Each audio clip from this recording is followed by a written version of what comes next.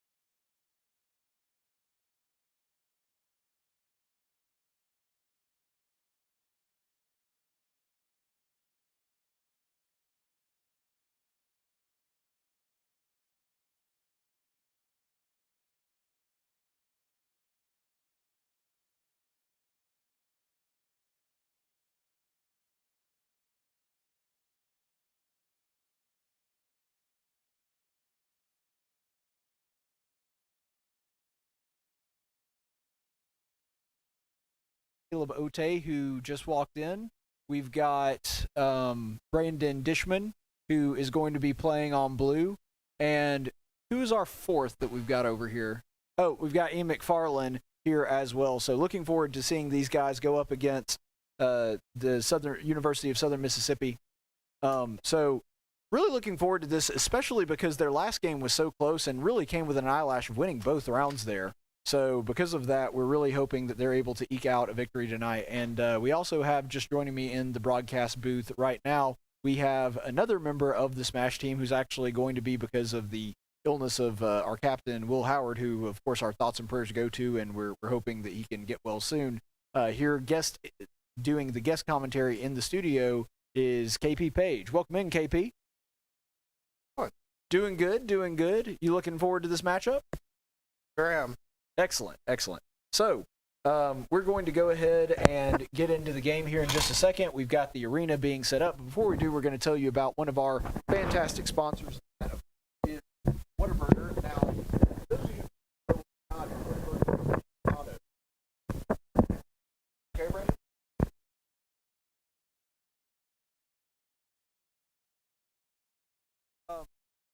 Whataburger aficionados, you may not know that there is a app for Whataburger. So if you actually download the app, the very first time you open it up and set up an account, you get a free Whataburger. So you get one just for getting the app. You can scan it, or you can go to, iTunes or your Google Play Store or whatever, and you can download it. And here's another thing. You can go ahead and order it, so you don't have to wait in line. You can go and pick it up. They usually have it done in about 10 minutes, so you can order ahead of time, drive to Whataburger there on the Atlanta Highway here in Montgomery, and pick up your order. Or they also have the option of delivery now. So all of these options are available to you if you get the Whataburger app. And I got to tell you, I have it, and I use it for all my visits. I order ahead of time, so I cut my wait time in half. And on top of that, every 5 visits, you actually get a reward. So you can pick from medium fry or a milkshake. I usually get the milkshake. That's my favorite. You get a free drink. There's 7 or 8 different options, and you get that every 5 visits you go there. So highly recommend you go there and order a Whataburger app. It's my favorite burger, probably my favorite place to eat in the city. So be sure to check it out and head on down to get your free Whataburger with the Whataburger app. What? I don't go to one. Oh, that's a shame. As a matter of fact, I don't think I've been to Whataburger long time. Oh man, we got to change that. We got to go to Whataburger at some point. It is best burgers in town. So let's go ahead and jump into the game. It looks like the arena's set up and we're about to get our first match. They're communicating with the other team, trying to get the band set, and I don't know who won the coin toss here, but they're going to go ahead and try to get that set up. So let's go ahead, and it looks like they're kind of hovering around Battlefield. I don't know if that's because that's what they're going to pick or what. Yeah, it looks like they're communicating on that. So I believe they're starting out with Brandon Dishman, which I think is actually a pretty good pick to start out with. And depending on who he's going to play is probably going to play a pretty big role in what stage he picks. I don't think Brandon has played yet. Oh, you mean in an official match? Yeah. I don't think Brandon has played in an official match. I'm really not sure. I don't think I've ever seen him play in an official match either. Maybe he did for White Team once. But either way, it may be his debut, and looking forward to that. Usually he likes to play a lot of different characters. He seems to be lately favoring Sephiroth. So if he did that, I would imagine something with platform, something that he could kind of use Sephiroth's I would say decent amount of speed and those big sweeping sword attacks, probably something that would make use of those. I imagine Battlefield would probably be a good pick. Yeah, I mean, that's kind of the standard. I think that, you know, Sephiroth tends to do pretty well there. So, we'll see.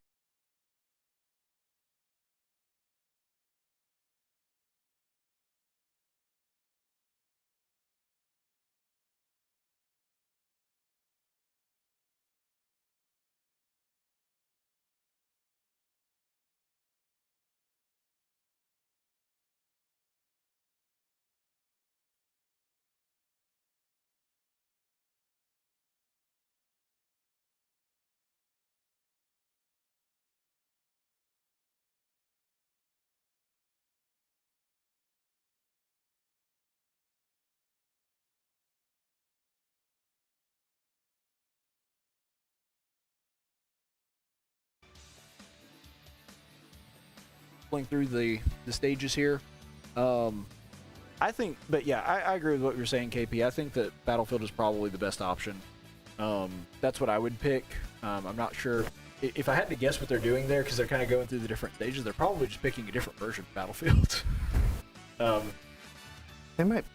Well, I mean, they could go with Pokemon Stadium, too. Right. That's a legal stage. And It's not a bad pick for Sephiroth. I personally wouldn't pick it, but again, he may not even be playing Sephiroth. We don't know. Yeah. I guess it all just depends on your perspective.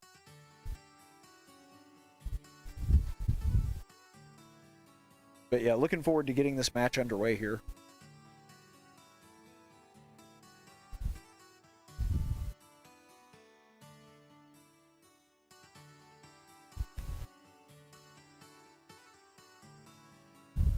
All right. Here we have our view of Brandon preparing for battle. Yeah, getting pumped up, sure. Yes.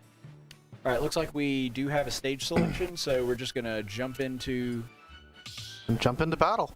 Jump into the game. You know, I've noticed, and this is not like super relevant, but a lot of the teams that we've played have had the Rayquaza indicator as their token. I wonder why. Just seems to be a very popular selection. Perhaps they miss Rayquaza from Brawl. Oh yeah, well he was a boss, and yeah, that's true.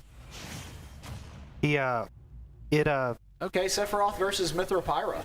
Oh boy, someone I'm very familiar with. Excellent commentary on this because you're a Mithropyra player.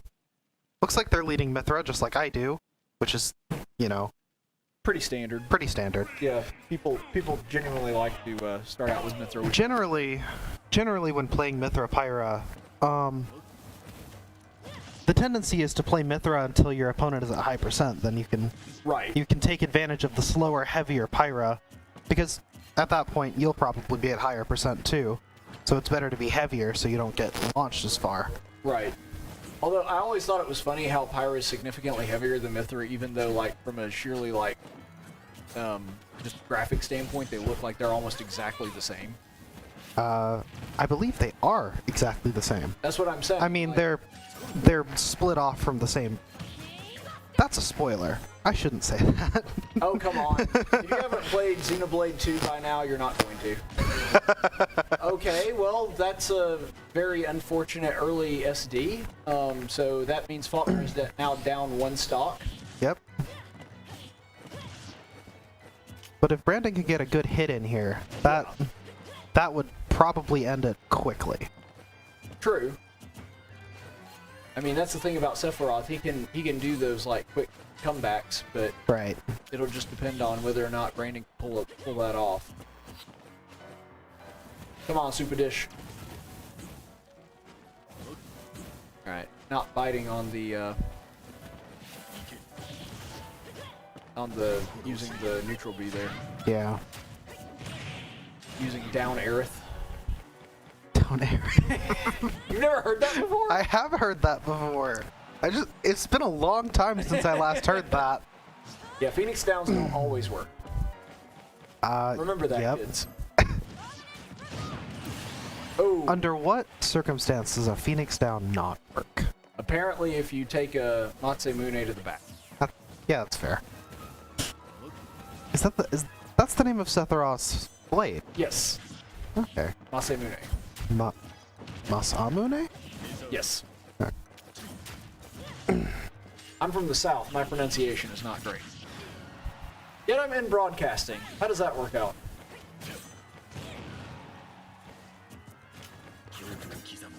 Nice.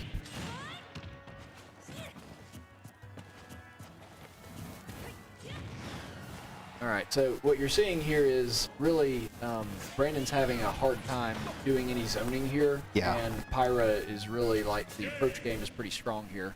And it doesn't help if you SD. And yes. Game 1 ends without...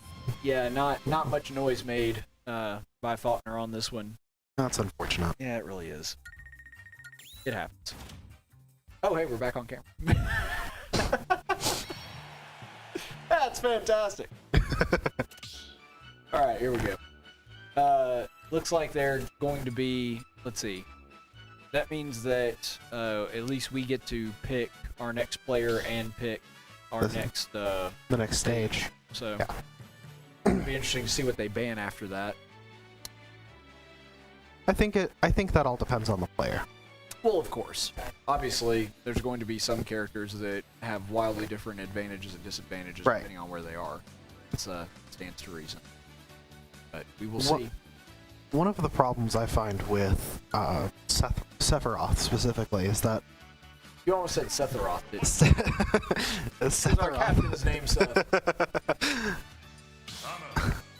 But yeah, what were you going to say? One of the problems with Sephiroth? Oh, speaking of Seth, it looks like he's going in now. Oh, Seth is our next... looks like it. Next player? Okay. All right. I can dig it. You know, Seth, he likes to jump in early. He doesn't like to go first, but he does like to jump in pretty early. Yeah. A lot of teams will sort of save their captain as their anchor, but he likes to jump in the middle. Well, it's nice to have your captain as your ace. Well, he also likes to. I think that does show some confidence in his players too, because he's like, you know, I may be the best player, but I can count on my other guys to be good enough that if I fall, then somebody else can take the spot. Right. Which I think shows a lot of maturity on his part as well. So, well, I am looking forward to seeing this match. It looks like they're all ready to go, so let's... Oh look, Seth picks us. I'm stunned. Imagine that. No. I do like that he always picks the F-Zero, or not Zero. The fusion suit. Completely different. Metroid fusion suit, yeah. I don't know, I guess I saw blue and I was like, oh, Captain Falcon. 2, 1, go! Here we go. Oh. So, it looks like we have... oh no! It appears they've had the wrong stage. Whoops. That's not good. Did they pick Smashville and they were going for Town and City? I guess so. Alrighty then. So we're just gonna reset here. Oh well. Just an error on their part, but that's okay. It happens. I find it funny that there's no... you can't forfeit a match in online in Smash Online. Yeah, it's fine. We'll just take a second for them to get everything set back up. I mean, as long as they don't really change anything there, that's not really a problem. Right.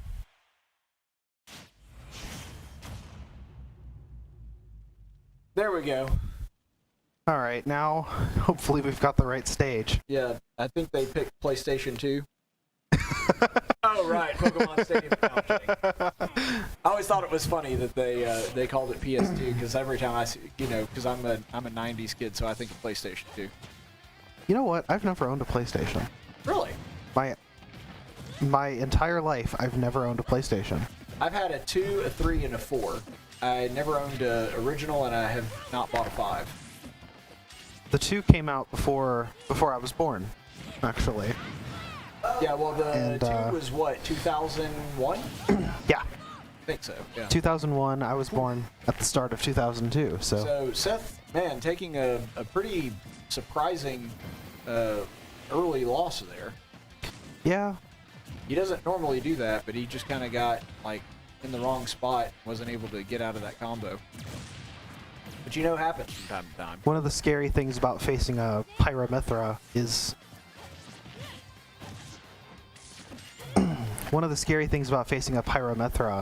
that it's a really versatile character, because, of course, it switches between a relatively heavy, hard hitter and a light, fast, hit and run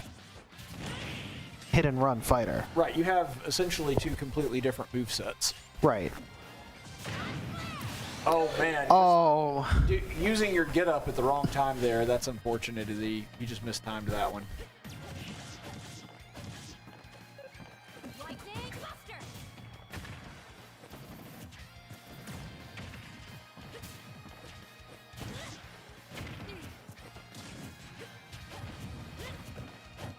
Alright, so you're seeing that Mithra sort of using that more powerful speed there to just zip around the stage and keep Seth from getting a lot of meaningful hits. Now that he switched to Pyra, I think Seth will actually do a little bit better at that.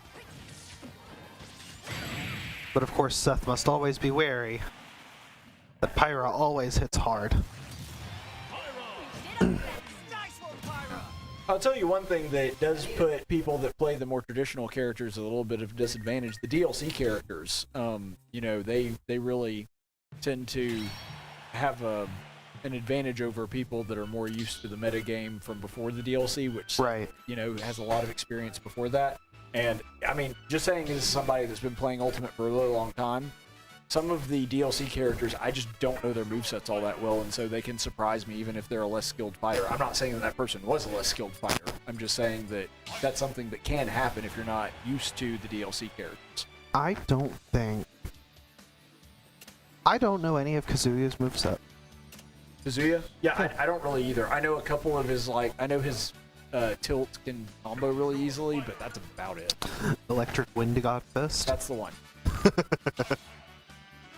That's really about the extent of my knowledge right there, is Kazuya's. He has basically an automatic combo with that.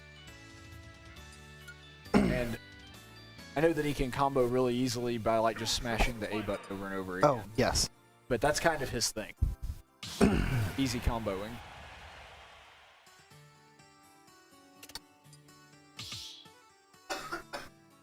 So...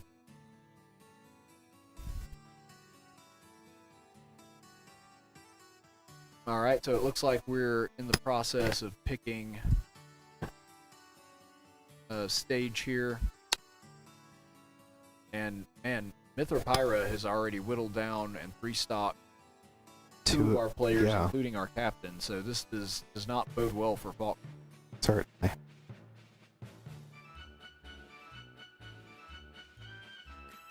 Really quite concerned about this, honestly. So, remaining we have Ian and Caleb. I think it looks like we're throwing Ian in. Ian generally uses Greninja and Robin, whereas Caleb uses Greninja and Pit.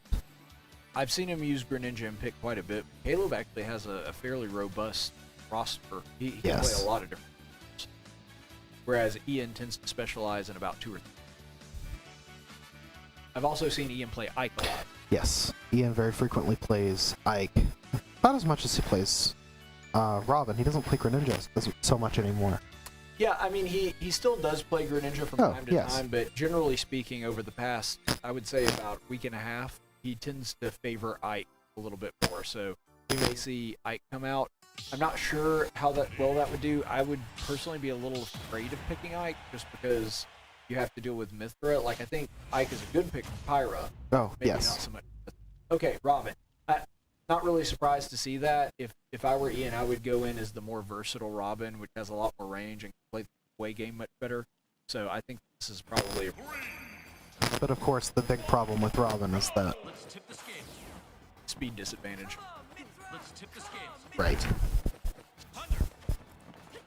So we'll see how that goes. So you can see he's already having a little trouble getting his game set up. Robin likes to sort of plant a little bit where he doesn't have to do all that much. A very nice arc fire combo. Yes. I find it interesting that all of his moves are different levels of spells within Fire Emblem Awakening. Right, KP, you're kind of a Fire Emblem aficionado. I'm newer to the series. I do like it, and I've played a few of them, but I haven't played as many as you have. I haven't had the chance to play the most recent games. I haven't had the chance to play Three Houses or Warriors Three Hopes. I don't even count that as Fire Emblem. I mean, don't get me wrong, it's probably still fun, but it's kind of I don't really call it. I don't count Hyrule Warriors as a Zelda. It's double shield there. It's part of the Zelda canon. It is not, but we won't get on that right It now. is. Anyway, so here we have. You see Robin still trying to use his thunder spells to sort of keep Mithra Pyra back, and not doing too badly, just not putting on the damage quite as quickly as his opponent is able. It's unfortunate. I gotta tell you too, that neutral air with that quick sort of circular, that's a very nasty neutral air. Oh, something that really helps Robin is that while he's really, really slow on the ground, he's much faster in the air than he's much faster in the air than you might expect. So as a Mithra Pyra player, would that be something you'd sort of watch out for if you were playing? Yes, absolutely. Because you can see he's trying to stay in the air as much as he possibly can. That's that would be a consequence of his relatively low ground speed. Right. The problem playing against Mithra and Pyra is that his ground speed is almost as low as Pyra's. Right. While Mithra is much, much faster. And for the heck of it, once I did a battle between Mithra and Pyra. Oh, shoot. Oh, wow. Man, catching him right on the edge there. That's the same one that gave Seth so much trouble. Yes. So, once again, we have the Mithra Pyra player there 3-stocking someone. So, we have yet to take a stock from Southern Miss. This is not looking good for the Faulkner. Certainly not. I don't know what you do to counter that, though, because I don't know. With Caleb being the only one left, out of the characters he usually plays as, which one would you predict going to see? Out of the ones he usually plays, I think Pit and Greninja are both equal bets. Yeah, I because what really specifically hasn't worked is, of course, discounting the use of Samus because Seth always uses Samus. The slower zoning Robin and the much slower but large range Sephiroth Yeah. both had immense trouble. So, but it looks like maybe a speed character like Greninja would be a better bet. Well, it sure looks like he's choosing a speed character, but not Greninja. Yeah, it looks like he's got Captain Falcon queued up there. I don't know if that'll be his final selection, but that's an interesting choice. I haven't seen Caleb play Captain Falcon. I haven't either. I don't think I've ever played against CJ's Captain Falcon even once. I think I've seen him play as him a few times. I don't think I've played against him. Yeah. But I've seen him pick Captain Falcon more than once, but it's not one that I really thought of being one of his mains. But right. I mean, honestly, the thing about Captain Falcon is he's sort of Mithra Pyra rolled into one. Because he's one of the fastest characters. He's not quite as fast as Sonic. He's one of the fastest characters in the game, and he's also one of the strongest characters. Is he second or third? In power or speed? Speed. I believe he's second. I know he's not second or third in power because no. You have guys like Bowser and K. Rool who I know take those places. Right. So I believe he's second right after Sonic. I can't think of a character that's faster than him. I know Greninja and Meta Knight are both really fast, but I don't know. I know for a fact Meta Knight's slower because I saw a speed rank at one point. So Meta Knight is slower, but not by much. Meta Knight I know is slower than the three of them. Right. I don't know how Greninja compares though.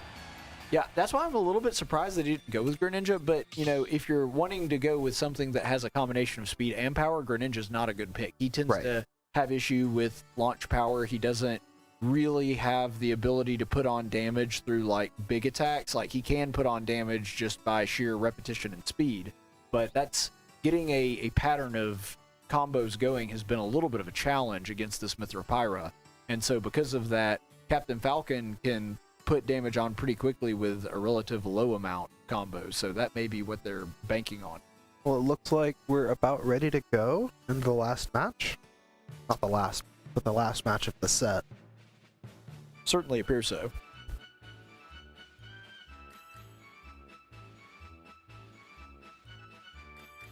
Alright, so I think that they're just discussing bans at the moment. Yeah.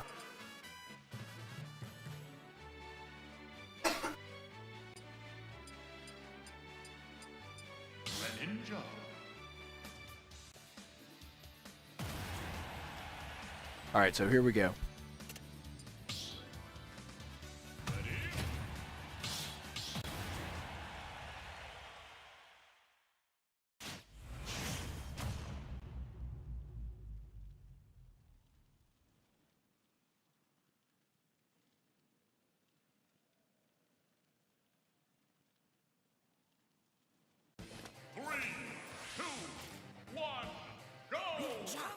So here we go. So he actually did wind up settling on Greninja.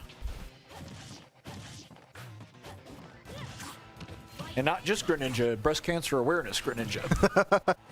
Well, you know, it is October. Of course.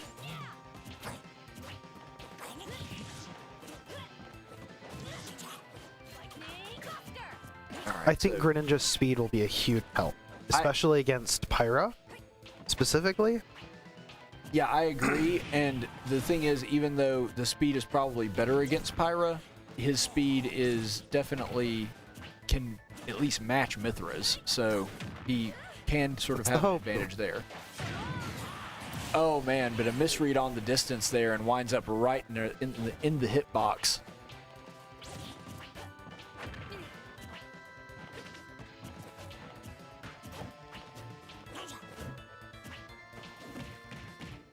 Alright, so getting the grab and the up throw, trying to combo into an aerial but not able to do so. So he made a mistake right there. He had an opportunity to really punish Mithra for that long missed star cluster and wasn't able to do so.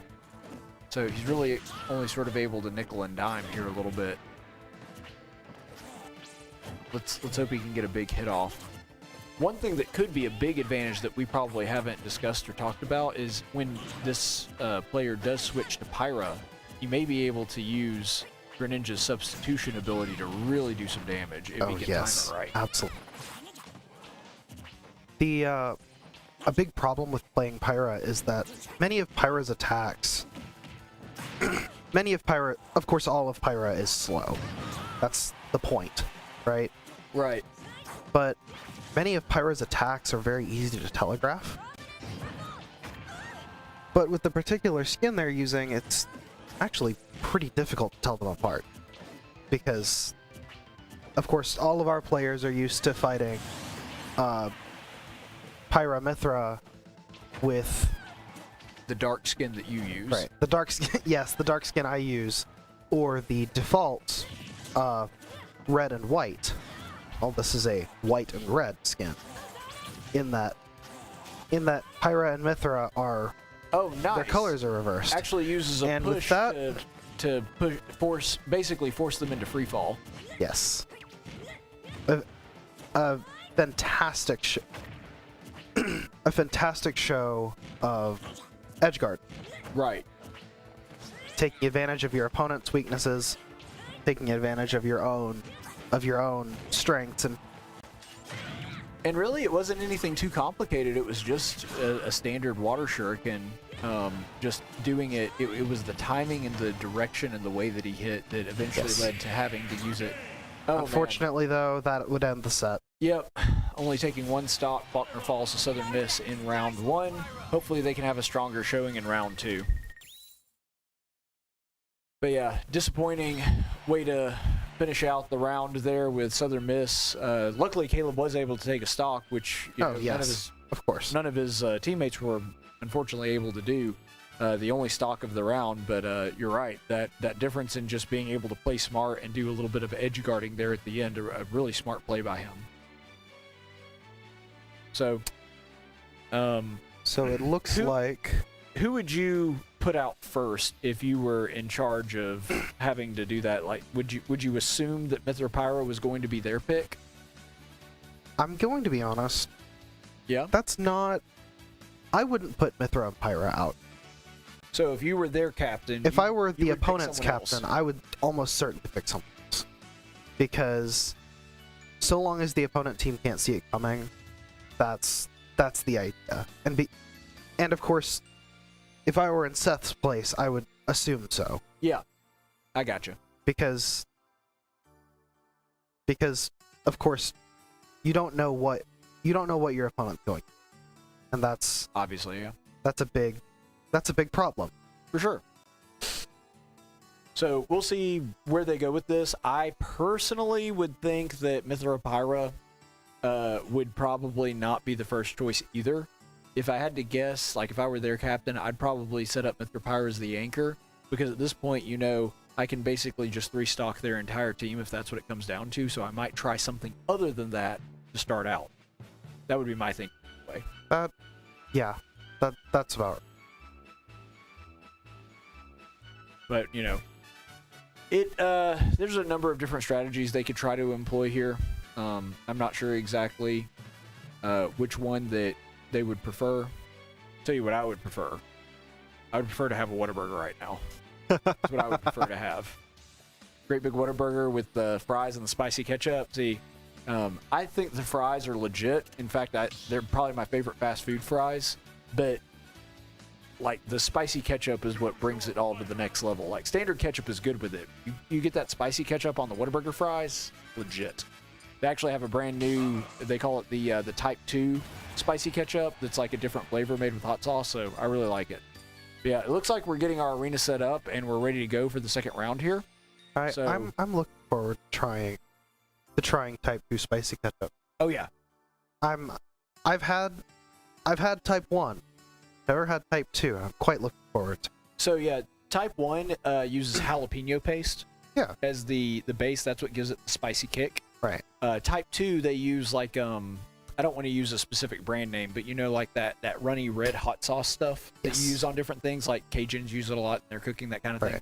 That's the style that the Type 2 ketchup uses. So how to narrowly avoid product placement? Yeah.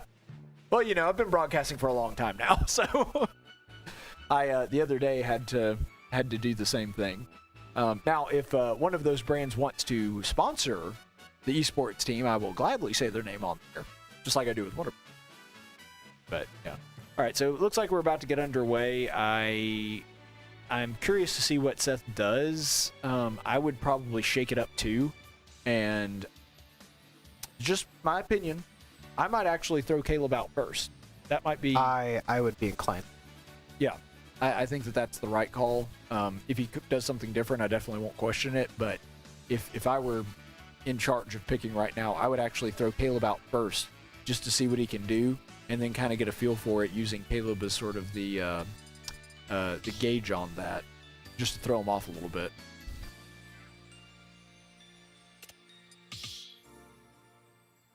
So let's see if that's what they're actually going to try to pull off here. I think that in this situation, I would probably do. Oh, Seth's actually going first. All right. Leading with the ace, I guess. I suppose so. That would work. I'm trying not to take him down earlier. Yeah, I'm not sure exactly why he went with himself first, but I mean it's not a bad pick. I was kind of expecting something else. Seth doesn't usually like to go in first. This is pretty unorthodox considering what Seth usually does. Right. It's out of character. Has Seth Although ever... I'm not like stunned. Like, oh, yeah. I can see it happen. Yeah. If he played as somebody other than Samus, then I would be stunned. Has Seth ever led himself? Do what now? Has Seth ever led himself before? I don't think so. Not in a regular season game anyway. I believe he did lead himself once for scrimmage, though. Byleth, going up against Byleth here is going to be... This is a good... Yeah, I agree. This is a very... Because Byleth only has one ranged move, and it's fairly slow.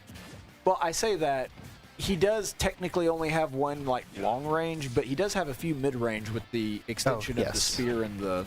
So, Seth, like, Samus typically doesn't really run a lot of mid-range. She either does close-up or far away. And so I do think that Samus is actually a fairly good counter pick.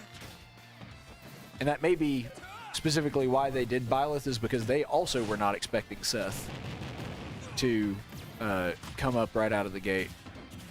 So catching us by surprise may have also caught the opponent by surprise as well. Oh, yes. And of course, that's always the hope. Right.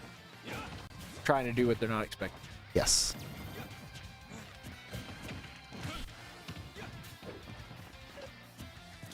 I think you can overdo that for sure, but that was very nearly a self KO. But yep. A good display of edge guarding, but yep. Seth has actually been winning the edge guarding game. Excellent kill. Excellent. So Faulkner taking first blood in this one. A very good start. Yep. A very good start. I do think it's really funny that their screen name for some reason is like Fluffy something. I think that's pretty hilarious. Fluffy TB2. Yeah. I don't know if like maybe Fluffy is the name of their mascot or something. Oh no! Seth Pinecones himself. Oh. I've never heard that term before. You've never heard that one before? No. Yeah, like getting stuck on the bottom of the stage, that's pineconing. I've heard many a Smash term in my day. Pine coating is not one of them. That's a new one on you. That's why people tune into these broadcasts. It's fun and educational. But yeah, really unfortunate that Seth loses a stock there, because he was definitely not at low damage, but he wasn't at super high damage either. Right. So probably could have done a lot more with that stock if he had not done that. And it looks like Seth has lost a little bit of his momentum here. I don't know if like doing that accidental self-destruct kind of took away his confidence. But he's kind of let his opponent go on a tear. Oh no! Man, and gets the off-edge fail knot.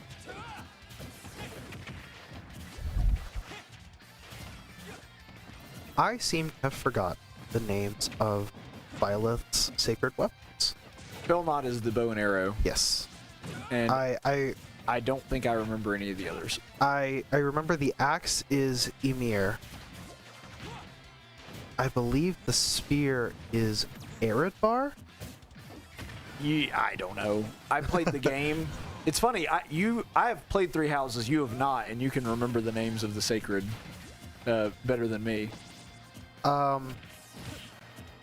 remember Ymir because I don't know. I'm familiar with a few characters because for some reason that's not a totally uncommon character name. So Seth does there what has worked for him several times so far in this match, which is just like utilizing his get up. And unfortunately gets... But yeah, what happened is I think that Violet had gotten a little used to that. A very nice stock, though. Yeah, very, very good. Especially with, it's funny, we were talking about his get up game. He actually got that KO off of a get up. Yes. So you can see Seth's like edge guarding game is on point. Really love to see him take this one. Already at high damage and Byleth at 0, but I mean, like with Byleth's speed and Samus's range, I do think that he's still very much in the running to take this one. Yes. He's just got to avoid getting some of those big hits. Man, well, rough way for that to end. So he actually, 2 of those are self-destructs. That's unfortunate. Really, really rough to see that. Because he played an extremely good match.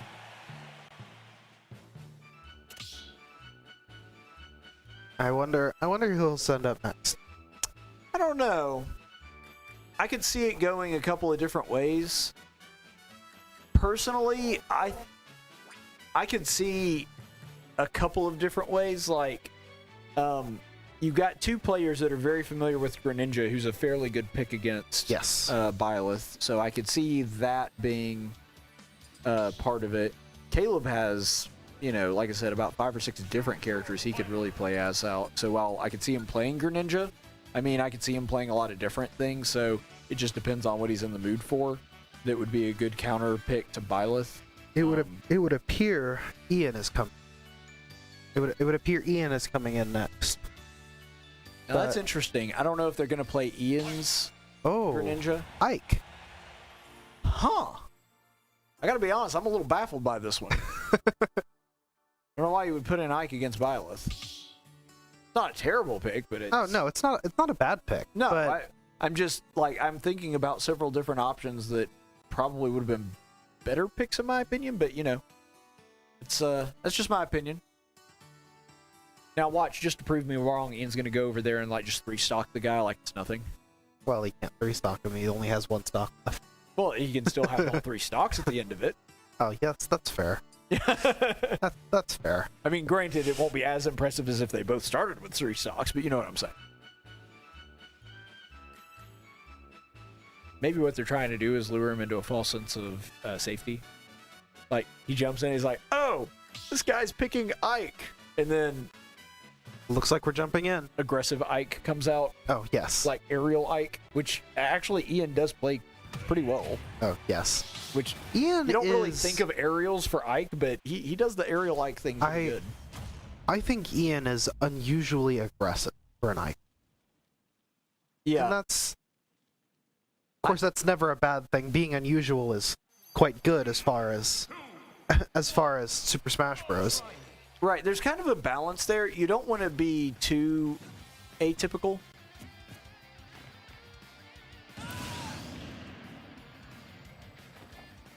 And Byleth. Terrible pun. All right, and the taunts, and they're ready to go. I'm surprised that didn't hit. I'm actually quite surprised at that, too. I guess he teched it or guarded it exactly the Oh, no. Oh. Well, that's 1 stock. Wow. Oh, well.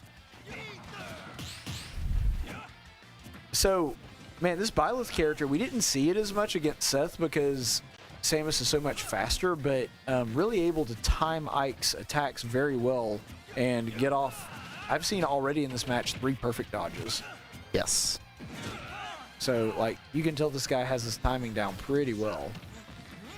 course, it doesn't help that Ike is so much slower than Samus was. Right. Nope. Ooh. He was kind of counting on him fast falling there, and it didn't happen. So here's one of the problems. Ike has to rely on his shield quite a bit because he is so slow. But the problem is with Byleth has so many shield break options. So that puts him in a bad position. Those are certainly the perks of having Ymir, right? Oh, for sure. The perks of having a giant war axe. I mean, if you've got to have a war axe.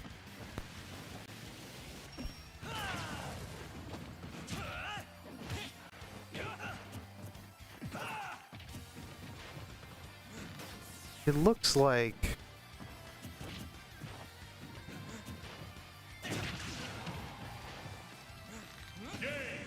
Oh, an unfortunate knockout, but that's how that ends. Yeah, it really is sad. Moving on to CJ, I think.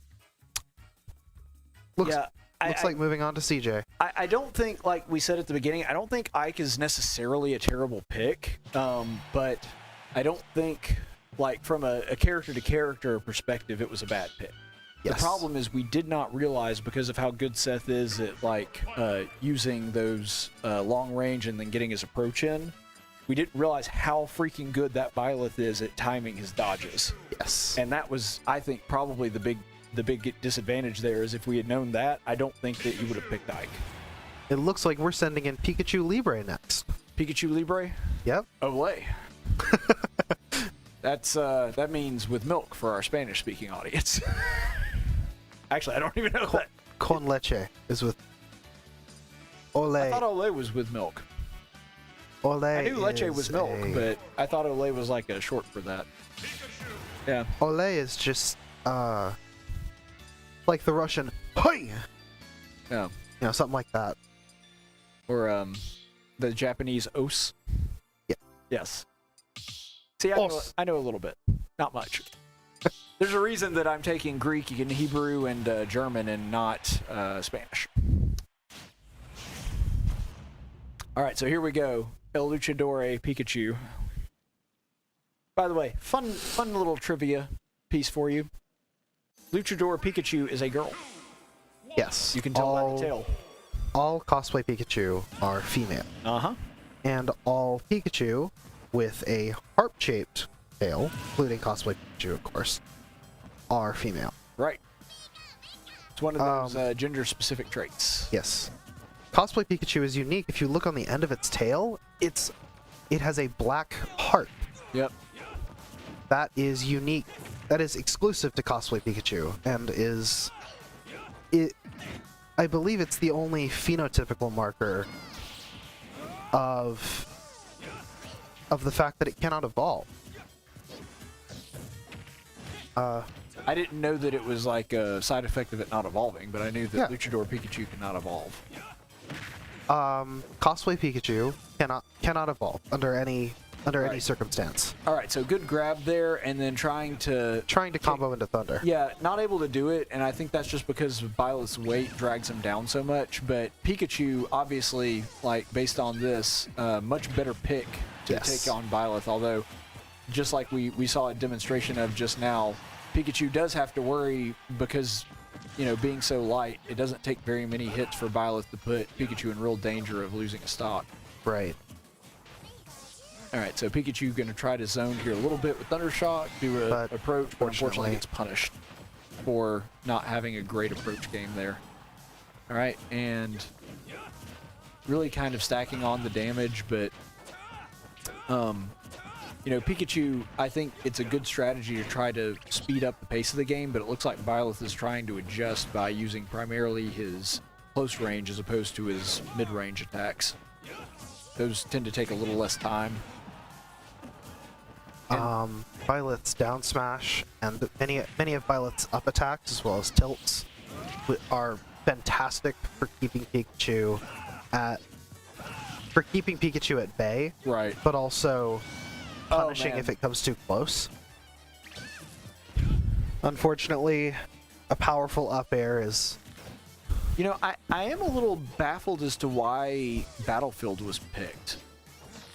I mean, I guess Pikachu's mobility can make use of the platforms, but I mean, as somebody who sort of dabbles with Pikachu, I wouldn't really consider Pikachu a main, but I play Pikachu a little bit, and I tend to like small Battlefield because it doesn't have that top platform, and it makes it easier to do thunder combos.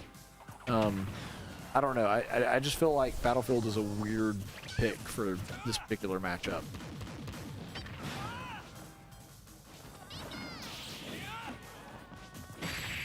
There we go with the Skull Bash. All right. I don't believe that was Skull Bash. Was that not Skull Bash? Was that just a dash A attack? Just a dash attack. Okay. I thought it was a really quick, like a hold and release Skull Bash, but I guess not. What I find interesting is that Pikachu has a signature. In case you didn't know, if there's one franchise I know a lot about, it's right. Pokemon. Of course. Pikachu, and of course its pre-evolution Pichu, at least as far as this game, share a the two electric rodents, the three electric rodents, including its evolution Raichu, share a signature move called Volt Tackle. Right. What I find interesting is that Pikachu's Side B, which is an electrified Skull Bash, Right. is not called Volt Tackle in this game. I think it's just because Volt Tackle didn't exist in Brawl when it was first introduced, and so because of that, they just keep it.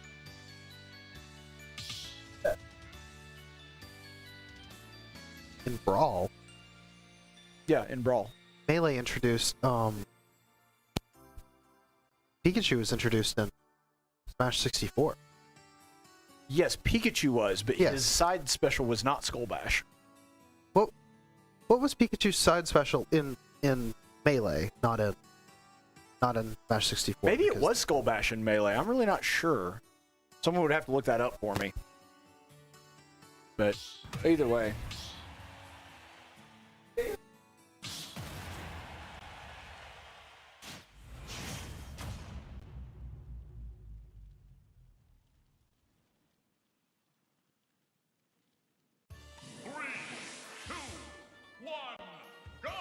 All right, so we've got this match between Pikachu and Jigglypuff. Of course, Pikachu losing his first stock. And down with the second, trying to die in style. All right. A very interesting Pokemon battle in this particular case. Yep. Fairy type versus electric type. Everything Jigglypuff does revolve around Rest. And that's exceedingly important to remember, especially against Pikachu, who has a very tiny hitbox. Is much smaller than would be ideal to hit Rest. Right. Oh, no. Unfortunately, though... Oh. It's a good thing it was at low damage and his sleep didn't last very long. That was very, very close.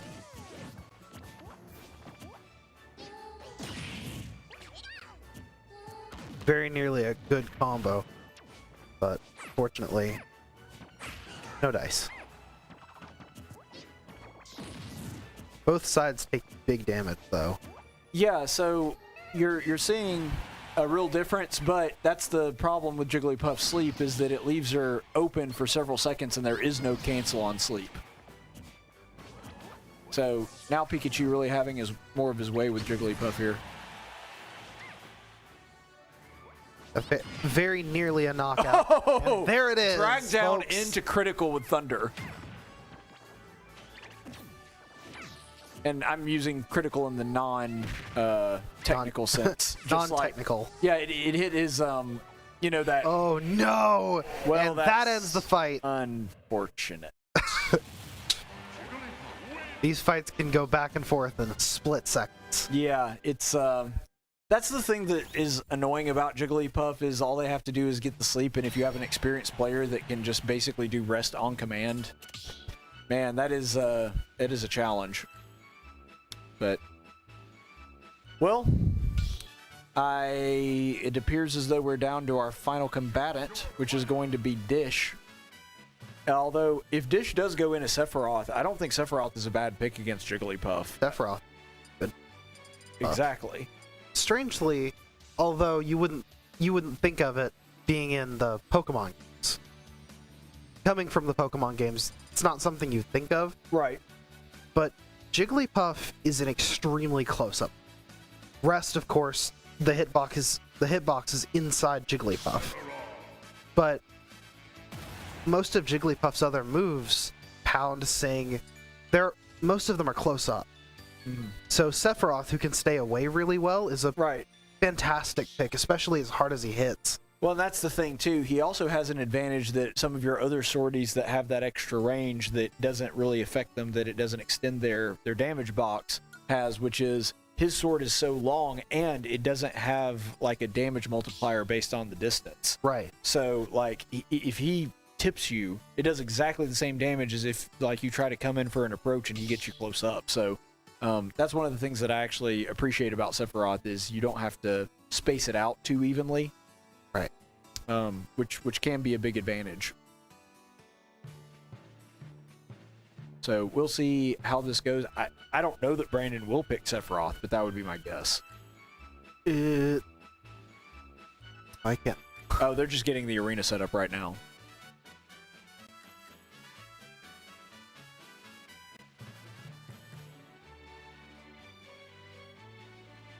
By the way, for those of you who may not know this, we have another Smash game coming up tonight. Now, we probably won't be able to pay a lot of attention to that on the broadcast because we also simultaneously have a Overwatch game going on. And so since we're already doing one Smash game tonight, we figured we'd break it up, do one Smash broadcast and then an Overwatch 2 broadcast.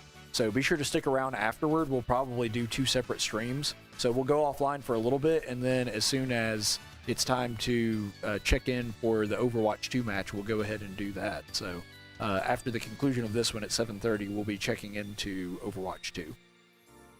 I will play. Right, you'll be actually the captain of the white team tonight Yes. in Williams' absence. I am interim captain. Right, acting captain.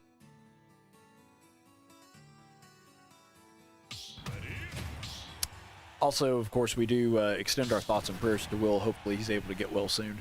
Yes. All right. Oh, not just Sephiroth. Shirtless Sephiroth. Yes. Now we know Brandon's serious. Oh, and Brandon has taken his own shirt off. Now I'm kidding. It's like, man, it's getting real up in here. All right, so Jigglypuff eliminating her stock, and with the taunt, they're ready to go.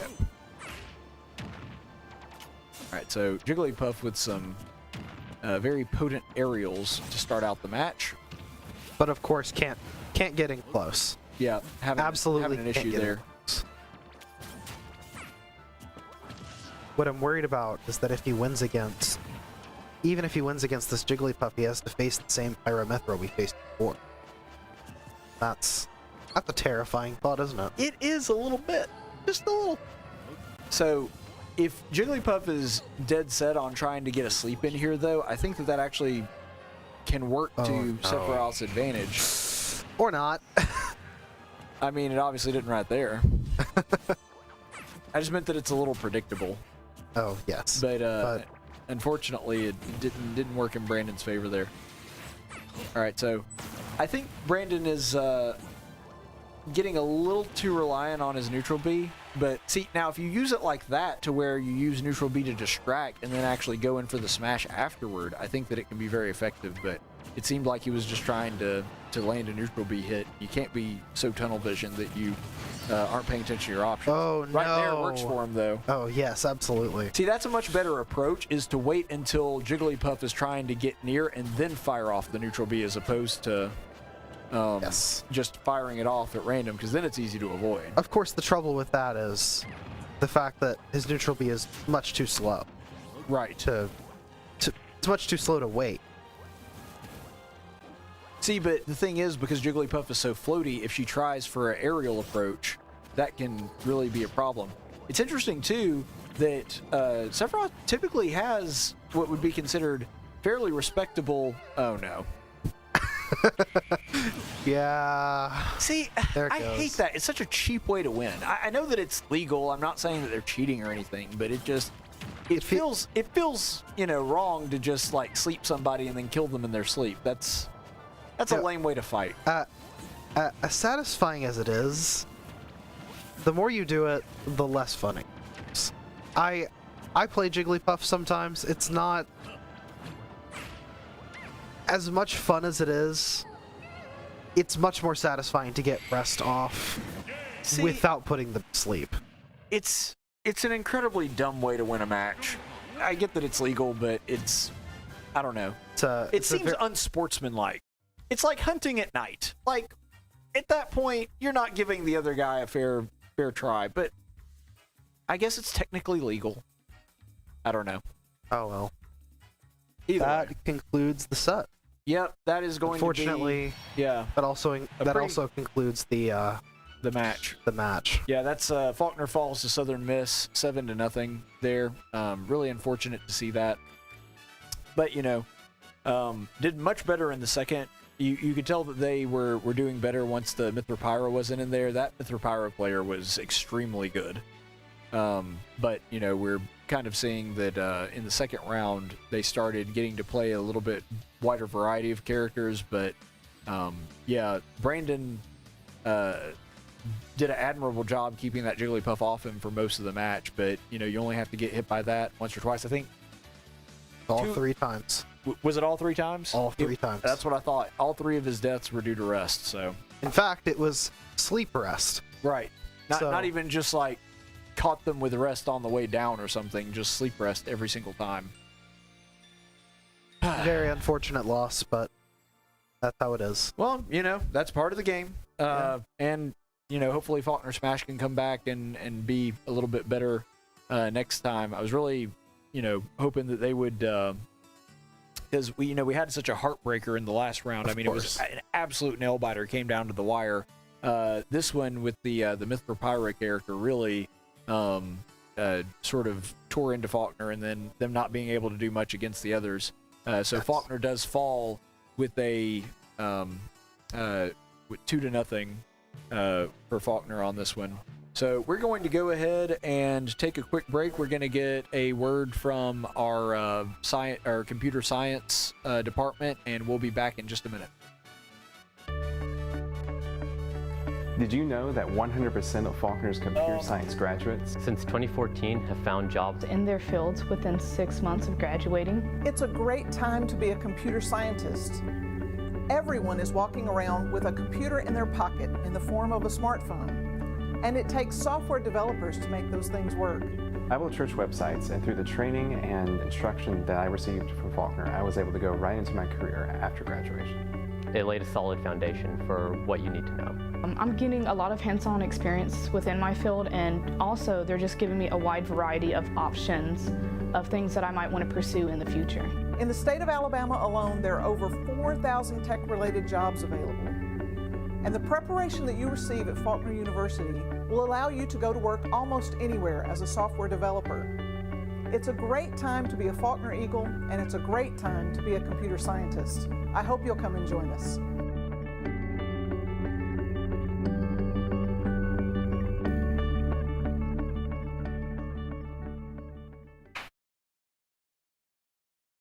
And welcome back, everybody. Thank you so much for being with us here and sticking with us here on the Super Smash Brothers Blue stream. We have here with us Brandon Dishman, who was playing Sephiroth tonight against a very good Southern Miss team. So, with that last match, I really wanted to kind of talk to you about playing against Jigglypuff. Typically speaking, Sephiroth is a very good pick against Jigglypuff because of the range and because of the keep away game. So when it comes to that, what was really giving you trouble there in that last round? Well, overall, since it's my first time debuting, I'm getting a lot more used to lag, and a lot of my dodges seem to be very much choreographed, and the Jigglypuff seemed like she knew what whoever was playing was doing. But you can say she, since Jigglypuff's a female character. Okay, we can just work from that. Yeah. Yeah. Well, I was definitely caught by that sleep. never really knew how to combat that much, except, use my down air. But that's mostly what I use this mat, and I got caught whenever I used my my up special, and after that happened, I knew right then it was going to be like that for the rest of the mat. Yeah, and I was kind of saying in there, I get that they're, props to the Jigglypuff character. Yeah. Did a fantastic job of, like, waiting and punishing. So I'm not, like, trying to disparage them. It's just, I don't know. It feels like a game mechanic that's a little bit unfair. Like, it kind of feels like when you win with a bunch of rest, it's sort of like a new Kirby character that does nothing but use stone over and over again. Yeah. So, like, yes, it's a win, but I don't know. It feels a little bit cheap. Feels a little bit like an exploit almost. Yeah, and again, I'm not trying to be down on Southern Miss, and if Southern Miss is watching this, I'm not like I'm trying not to like make it sound like have sour grapes or anything like that. It's because you won fair and square. I'm not saying that. It's just I don't know. It feels like a little bit of a broken mechanic. Yeah, from one point of view, it's like, oh, let's practice this, and if we get this down, we can get a win. And from another perspective, it's okay. Is there anything else? Right. Yeah. So and that's part of the reason I'm not a big fan of Jigglypuff, but I understand. that's just a personal preference. So on that first round, playing that Mithra, one of the best characters, like one of the best players that we've probably seen all season. Yeah. What do you think was what made that particular player so effective? Oh man, they knew how to. Even though my character knew how to zone, it looks like they knew how to zone me better. Mm-hmm. Honestly, it was more keep away, and if I wanted to give any hard hits, they just knew right then when to shield when I'm not as experienced. Yeah. Well, that can happen from time to time, but it's a tough loss. Hopefully we'll be able to come back from this and come back stronger, maybe some lessons learned from this. Yes. But yeah, anything else you want to share with the audience before we call it a night? Thank you all for watching tonight. Yeah. It really does help. Yeah, absolutely. It always helps to know we've got folks supporting us. So, Brandon Dishman on the Faulkner Blue Team, thank you so much for joining us. Absolutely. All right. So, we are going to go ahead and call it a night, and I mean that only for this particular broadcast, because at 7:30 we have another broadcast starting for Overwatch 2, and we will be giving you updates on the Smash White team. We won't be covering them specifically, but we will, when we have a lull in Overwatch 2, we'll skip over to them to just kind of give you an idea of what's going on. So big thank you to everybody that was helping out tonight. Like I said, we do have that other broadcast coming on at 7:30 with Overwatch, and then we'll be bringing updates for Smash White. So from all of my broadcast partners, for Brandon Campbell, who was working on production and pressing all the right buttons, making sure that we stay on the air, we certainly appreciate his hard work. Special thanks to my broadcast partner, KP Page, who's going to pull double duty tonight, also going to be captaining the Smash White match here in just a little bit. And thanks to our great sponsor, of course, that is Whataburger and Regitar USA, who sponsored the studio here tonight. That is going to do it for us. We were going to be back in, looks like about 22 minutes for the Overwatch broadcast. In the meantime, the final score is 0-2 with Southern Miss taking a win from Faulkner. We're going to be right back with that next broadcast. Stay the course, friends. The preceding broadcast was an official presentation of Faulkner University. It may not be redistributed without the express written consent of the Faulkner University Athletic Department.